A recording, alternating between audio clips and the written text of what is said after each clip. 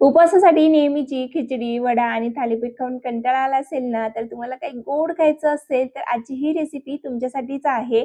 आज आपण बनवणार आहोत साबुदाणा वडी. एकदम मऊ, चविष्ट आणि तोंडात विरघळणारी, अगदी कमी साहित्यामध्ये आणि सोप्या पद्धतीने ही वडी तयार होते.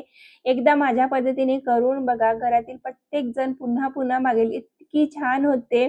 चला तर मग जास्त वेळ न घालवता पटकन आपल्या या साध्या, सोप्या आणि घरगुती रेसिपीला सुरुवात करूया.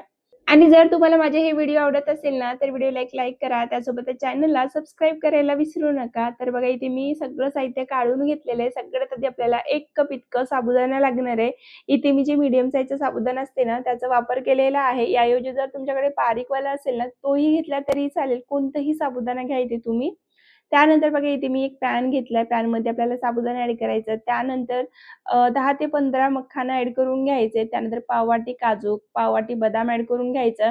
हे सगळं आपल्याला छान भाजून घ्यायचं. जोपर्यंत साबुदाणा व्यवस्थित कुरकुरीत होत नाही ना, तोपर्यंत आपल्याला इथे साबुदाणा भाजून घ्यायचे. बाकीचे ड्राय फ्रुट्स पण छान भाजून घ्यायचे आहेत.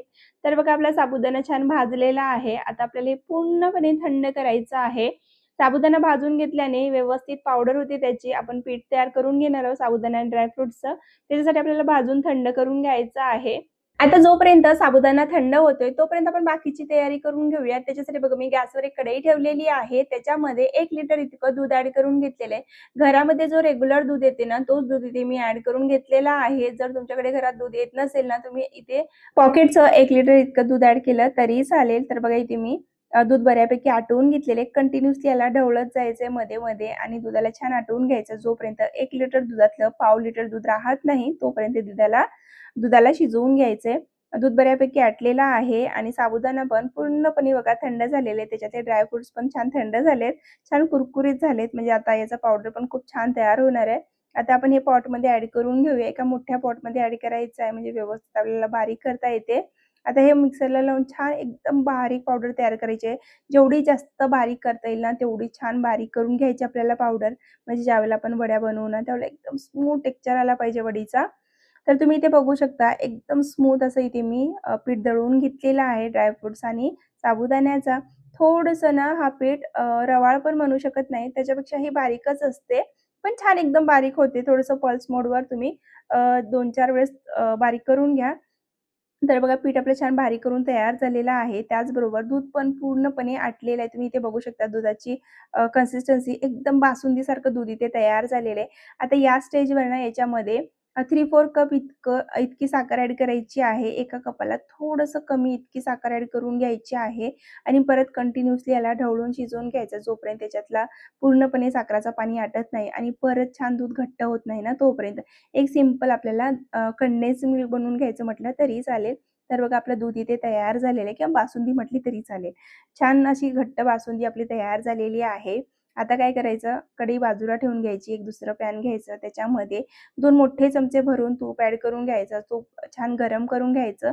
तूप व्यवस्थित गरम झालं की त्याच्यामध्ये जी आपण ड्रायफ्रुट्स आणि साबुदाण्याची पावडर वाटून घेतलेली आहे, ती पावडर ॲड करून घ्यायची आहे आणि छान जोपर्यंत साबुदाण्याचा छान सुगंध सुटत नाही ना, तोपर्यंत खरपूस आपल्याला हा पीठ भाजून घ्यायचा आहे. 4 ते 5 मिनिटं लागतात. मीडियम गॅसवर आपल्याला हा पीठ भाजून घ्यायचा. जोपर्यंत पिठाचं थोडंसं कलर चेंज होत नाही आणि छान सुगंध सुटत नाही ना, तोपर्यंत भाजायचा आहे. तुम्ही हा पीठ भाजत असताना छान सुगंध सुटायला लागते घरामध्ये, तेव्हाच कळून येते की आपलं पीठ छान भाजून तयार झालेला आहे आणि तुम्ही ते बघू शकता पिठाचा कलर पूर्णपणे चेंज झालेला आहे. थोडंसं डार्क झालेलं आहे आता. आता गॅस बंद करायचं आणि जी दुधाची कढई आहे ती परत गॅसवर ठेवायची आहे. गॅस ऑन करून घ्यायचं आहे आणि आता त्याच्यामध्ये जे आपण साबुदाण्याचं पीठ भाजून ठेवलंय तो पूर्ण ॲड करून घ्यायचा आहे.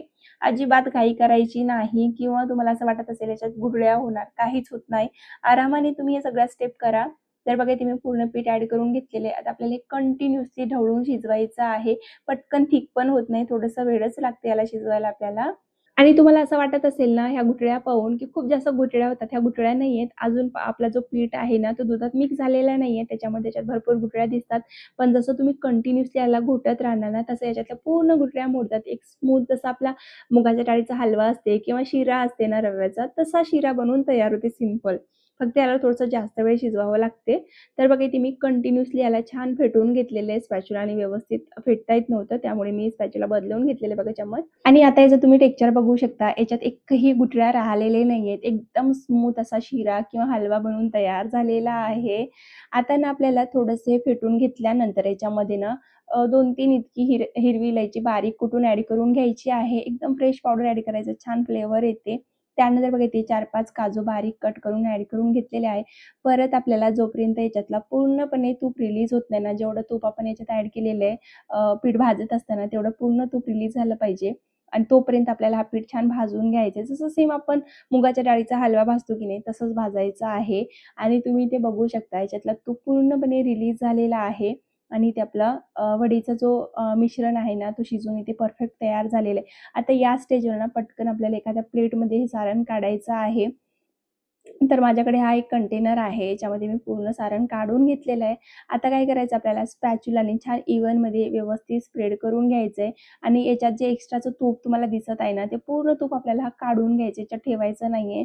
गरम-गरम असतानाच काढून घ्यायचं. बघा इथे मी छान पसरवून घेतलेले म्हणजे स्प्रेड करून घेतलेले स्पॅच्युलाने आणि त्यानंतर बघा आता हा मी पूर्ण तूप वाटीमध्ये काढून घेतलेलं आहे. तुम्ही इथे बघू शकता पूर्ण तूप याच्यातलं निघलेलं आहे. जेवढं मी भाजण्यासाठी तूप ॲड करून घेतलेलं आहे ना, तेवढं पूर्ण तूप निघलेलं आहे.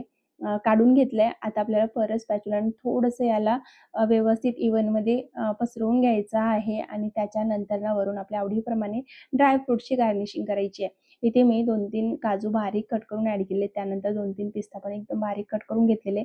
ते पण छान गार्निशिंग करून घेतलेली आहे. परत काय करायचं ॲड केल्यानंतर छान स्पॅच्युलाने त्याला प्रेस करायचं. म्हणजे आपण ज्यावेळेला कट करू ना त्यावेळेस निघणार नाही. तर गरम-गरम असतानाच हे सगळं आपल्याला करून घ्यायचं आहे लगेच आणि आता पूर्णपणे जोपर्यंत आपली ही वडी थंड होत नाही ना, तोपर्यंत त्याला थंड करून घ्यायचं आहे. आणि इथे बघा मी गरम-गरम असतानाच कट करून घेतलेले आहे, त्यामुळे व्यवस्थित कट झाली नाहीये वडी. पण जर तुम्ही पूर्णपणे थंड झाल्यानंतर कट करायला घ्याल ना, तर खूप सुंदर अशी सुटसुटीत वडी बनून तयार होते. तर इथे मी बघा छान कट करून घेतलेली आहे. तेवढी पण खराब होत नाही. पण थोडंसं शेप आपला बिघडतो. त्याच्यामुळे पूर्णपणे थंड होऊ द्यायची आहे आणि त्यानंतर कट करून घ्यायची आहे. तर बघा इथे मी छान अशी वडी कट करून घेतलेली आहे. तुम्हाला एकदम मी याचं तोडून टेक्स्चर दाखवते. तर तुम्ही इथे बघू शकता किती सॉफ्ट अशी ही वडी बनवून तयार झालेली आहे. तोंडात टाकल्याबरोबर विरघळेल इतकी सॉफ्ट आहे. जसं आपण माव्यापासून काहीतरी बनवल्यासारखी इतकी छान वडी बनवून तयार झालेली आहे. आणि इथे आपली ना मस्तपैकी अशी उपवासाची साबुदाणा वडी बनवून तयार झालेली आहे. आता मी तुम्हाला पूर्ण वडी काढून दाखवते. बघा हा पीस बघा किती सुंदर निघालेला आहे आणि खूप सॉफ्ट बनून तयार होते आणि 15 दिवस तर काहीच होत नाही याला. तर तुम्हाला ही रेसिपी कशी वाटली, आवडली की नाही कमेंट करून नक्की सांगा. व्हिडिओ आवडला असेल तर व्हिडिओला एक लाईक करा. त्यासोबतच चॅनलला सबस्क्राईब करायला विसरू नका. पुन्हा भेटू अशाच एक नवीन व्हिडिओमध्ये. तोपर्यंत बाय.